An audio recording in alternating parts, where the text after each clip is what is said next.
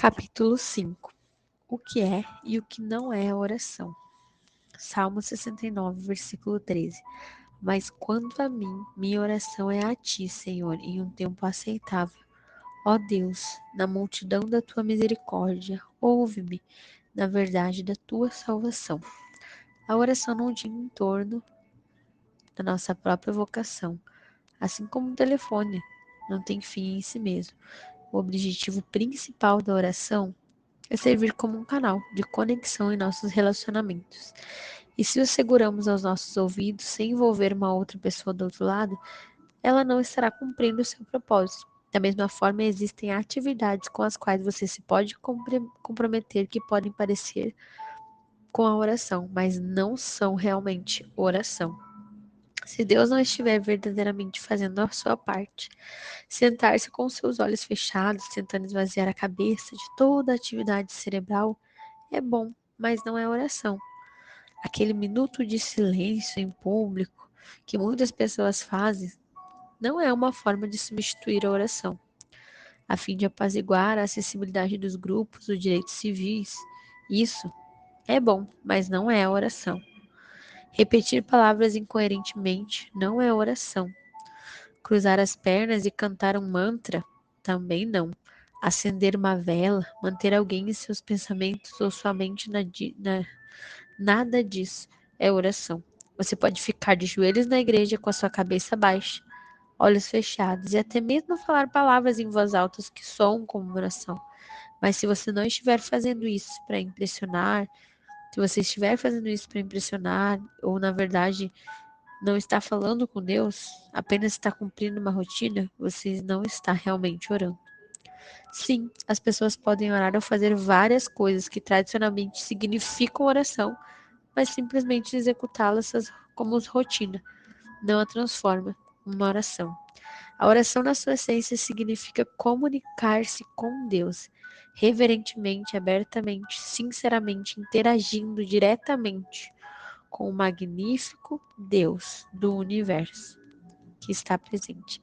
A razão pela qual um lembrete tão básico faz tão necessário é porque, honestamente, podemos nos enganar com o nosso próprio desempenho, esquecer que estamos na presença enquanto oramos, mas tenha em mente que, ao orar, estamos nos curvando diante de um Deus que no Apocalipse de João está descrito: sua cabeça e seus cabelos eram brancos como de lã, tão brancos como a neve, e os seus olhos eram como uma chama de fogo, e seus pés como bronze polido, como se queimassem em uma fornalha, a sua voz como um som de muitas águas, e ele tinha em sua mão direita 7 estrelas.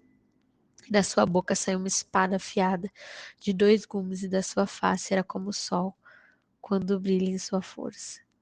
João, quando viu, caiu em seus pés como um homem morto.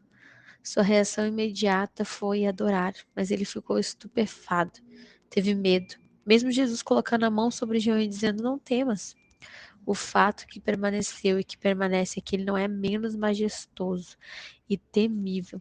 Se pudéssemos entender o que verdadeiramente significa estar na presença do Todo-Poderoso, nossa mente não vagaria errante, nós não cochilaríamos enquanto oramos, nós estaríamos totalmente alertas, impactados, totalmente atentos, atordoados, mudos, ou sei lá. E quando ele falasse, nós nos humilharíamos, reverentes e vigilantes quanto ao quem poderia sair das nossas bocas como respostas. Alguns servos selecionados por Deus tiveram a oportunidade de sentir a presença visível de Deus, como Moisés, convidado ao Monte Sinai. Estar na presença de Deus era sagrado. Eles percebiam a seriedade que envolvia o encontro com o Senhor. Também podemos perceber no nosso dia a dia que a oração é algo sério. A única razão pela qual nos foi dado o privilégio da oração é por Jesus, o nosso sumo sacerdote.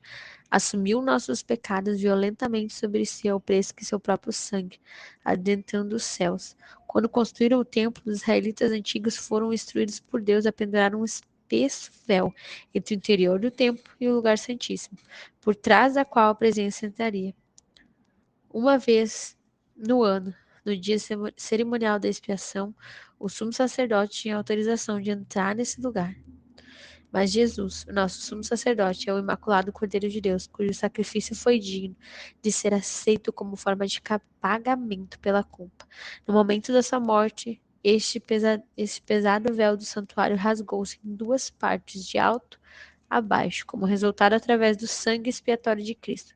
Todos os que recebem perdão pelos seus pecados, pela fé, pela sua graça, são convidados a se aproximar de Deus através do novo e vivo caminho. Jesus é o mediador, o intermediário. Ele que faz toda a nossa ligação com Deus.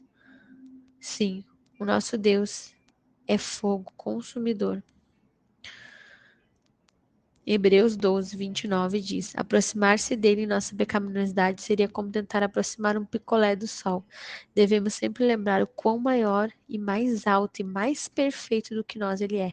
Mas Jesus, o nosso sumo sacerdote, é capaz de compadecer-se das nossas fraquezas, já que ele, como nós, passou por todo tipo de tentação, porém sem pecado. E porque nós, como os cristãos, estamos vestidos na sua justiça, somente através de Cristo, estamos seguros em Deus. Devemos ver a oração como a tensão saudável entre duas verdades. É a experiência simultânea, tanto da transcendência de Deus quanto da sua proximidade. Ele está além de nós, além da nossa imaginação. Entretanto, ele também está mais perto do que o ar em torno de nós. E assim como nós somos convidados a orar, achegamos-nos confiantemente ao trono da graça através de Cristo. E aí começamos. O que é a oração? A oração é a comunhão com Deus, a fim de quê? Intimidade, conhecê-lo, amá-lo e adorá-lo. A oração é uma partilha de comunhão íntima entre duas partes que se amam. Essa é a dinâmica da oração. Pai nosso que estás no céu, santificado seja o teu nome. A oração é uma forma contínua e diária de conhecer a Deus cada vez melhor. Ele é amor, que jamais corresponderá à profundidade desse amor por nós.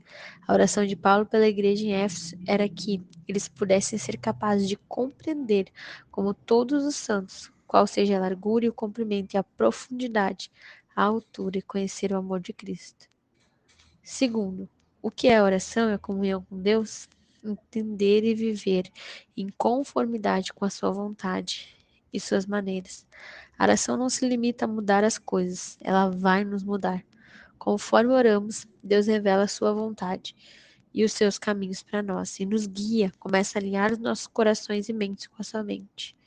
Sua vontade, nós nos rendemos ao seu impressionante senhorio. Cristo é o cabeça do corpo, que é a igreja, digno de ser em tudo a supremacia. Terceiro, acessar e promover o seu reino, poder e glória. Quando oramos, dá-nos hoje, não nos deixes cair em tentação. Quando buscamos o primeiro do seu reino, muitas outras coisas são ajustadas em nossa vida. Toda a honra e toda a glória é dada ao Senhor. Vamos orar. Pai, ajude-me a nunca me esquecer quem eu sou e em que o Senhor é incrível, a sua presença. Ajude-me a não entender a oração como uma atividade sem sentido ou como uma mera repetição de palavras cansativas, mas ajude a entrar em adoração e com amor, com verdade, que a oração, que eu possa abandonar as minhas próprias intenções e seguranças e orar com vontade, com dedicação, como o Senhor queira. A oração é a comunhão com Deus, a fim de nós termos intimidade, conhecê-lo, amá-lo, entender e viver de acordo com a sua vontade e acessar e promover o reino de Deus, o poder e a sua glória. Capítulo 5. O que é e o que